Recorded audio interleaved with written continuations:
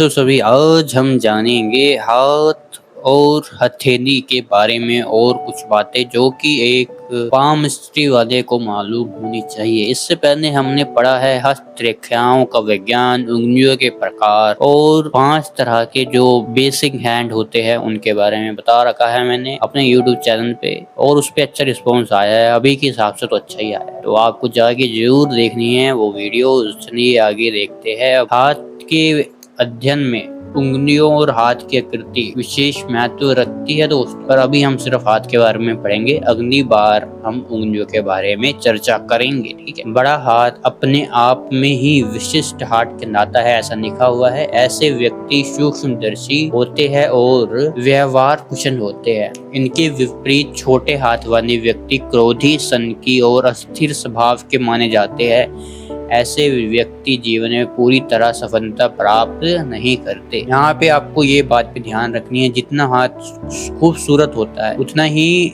इंसान ज्यादा तरक्की करता है, उतना ही ज्यादा धन, पैसा, इज्जत, दौलत, शोहरत वो अपने जीवन में कमाता है। यहाँ और आगे के पृष्ठों में भी यहाँ हाथ का वर्णन, जहाँ पे भी हाथ का वर्णन आएगा वहाँ पे तात्पर्य मात्र हथेली से ही लिया जाएगा दोस्तों, ठीक है। इससे पहले हम बता चुके हथेली क्या होते हैं, तब एक बार और फिर बता दें। उंगलियों की जड़ से पहले मणिबंध तक हथेली की लंबाई कहलाती है दोस्तों, तथा उंगलियों की जड़ से दूसरे अंतिम सिरे तक के भाग को हथेली की चौड़ाई कहा जाता है।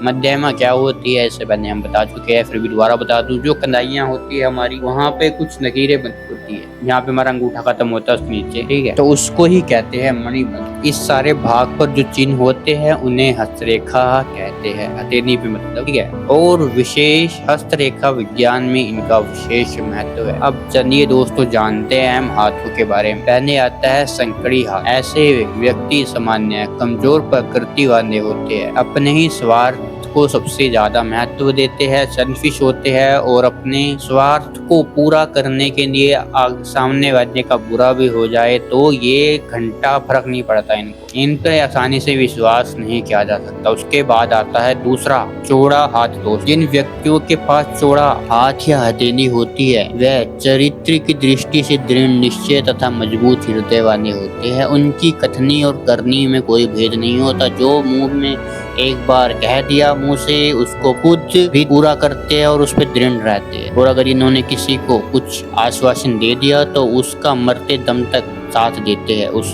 चीज में। उसके बाद आता है अत्यंत चौड़ा हाथ। ऐसे व्यक्ति सामान्यतः अस्थिर प्रकृति के होते हैं। इनकी पहचान है कि इन लोगों की हथेली की लंबाई की अपेक्षा चौड़ाई ज्यादा होती है दोस्तों। ऐसी हथेली वाले व्यक्ति तुरंत निर्णय नहीं ले पाते और किसी भी कार्य को करने से पूर्व बहुत अधिक सोचते विचारते रहते हैं। इनके जीवन में किसी कार्य की व्यवस्था रूप नहीं होती, कोई सिस्टम नहीं होता। एक बार में एक से अधिक कार्य को हाथ में ले लेते हैं और कोई भी कार्य भली भांति पूर्ण नहीं कर पाते। मल्टीटास्किंग नहीं होना चाहिए ऐसे लोगों को, सजेशन दूंगा मैं, जिनकी वजह से इनको निराशा भी देखनी पड़ती है। ऐसे व्यक्ति जीवन में सामान्यतः असफल होते हैं, ऐसा लिखा गया है। आगे आता है समचौरस हाथ। जिस व्यक्ति की हथेली समचौरस होती है अर्थात लंबाई चौड़ाई बराबर होती है, वो व्यक्ति स्वस्थ, सबल, शांत और दृढ़ निश्चय वाला होता है। ऐसे व्यक्ति पूरी तरह से पुरुषार्थी होते हैं। जीवन में ये जो भी बनते हैं या उन्नति करते हैं अपने प्रयत्नों के माध्यम से ही करते हैं।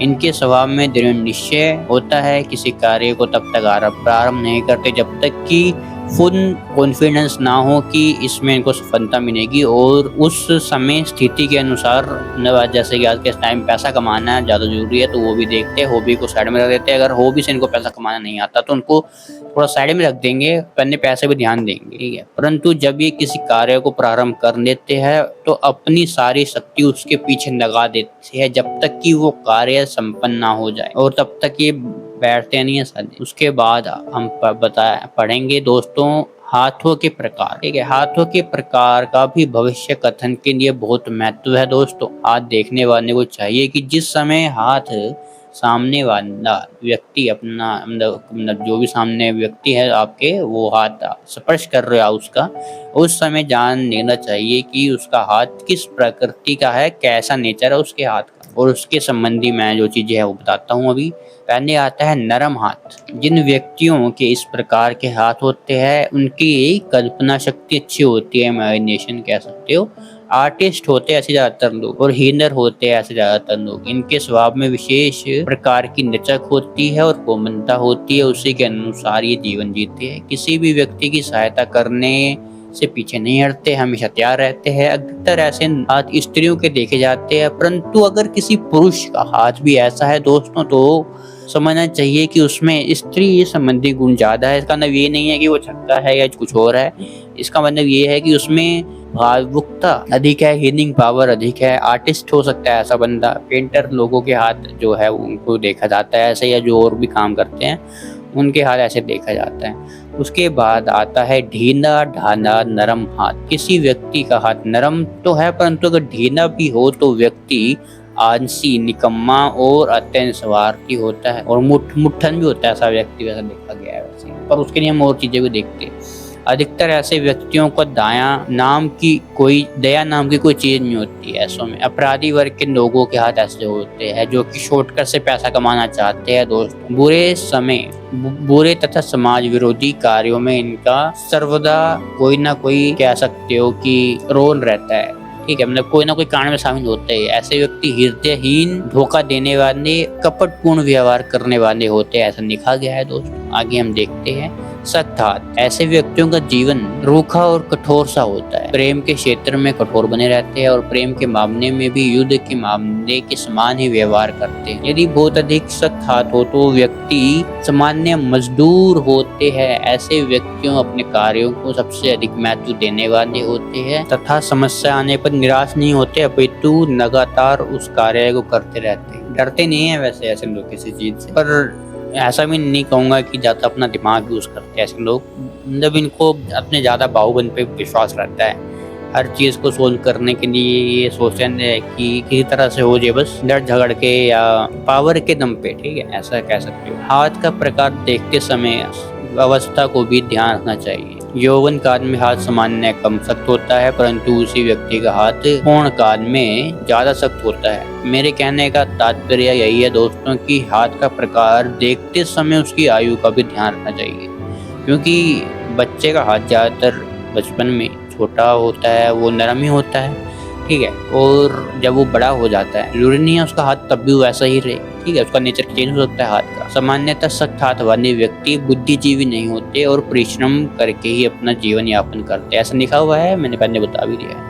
ठीक है, उसके बाद आता है अत्यधिक सख्त हाथ। ऐसे व्यक्ति बुद्धि की न्यूनता और अत्याचार को प्रदर्शित करते हैं। जेलसी भी होती है ऐसे लोगों में। व्यक्तियों को दूसरों के दुख देखकर आनंद का अनुभव होता है। बहुत स्वार्थी होते हैं ऐसे भाई, बहुत स्वार्थी। अपराधी वर्ग के लोग जो मर्डर मुर्डर करते हैं या पैसे लेके किसी को मारते हैं या मारपीट करके जो रिकवरी करते हैं, उनके हाथ ऐसे देखे गए हैं। जंदाज पेशेवर हथियारों के हाथों में ऐसी स्थिति देखी जा सकती है दोस्तों। आज के लिए इतना ही, मिलते हैं किसी और वीडियो में जिसमें हम जानेंगे हथेली के रंग को भी ध्यान रखना चाहिए दोस्तों। मिलते हैं अगली वीडियो में, सब्सक्राइब कर दीजिएगा। जो भी हमारे साथ पाम स्टिच दिख रहे हैं, अभी हम नए हैं यहाँ पे तो फ्री में सिखा रहे हैं, बाद में हम पैसे भी देना आरंभ कर देंगे। चलिए दोस्तों, मिलते हैं किसी और वीडियो में, किसी और जगह, किसी और समय पे, किसी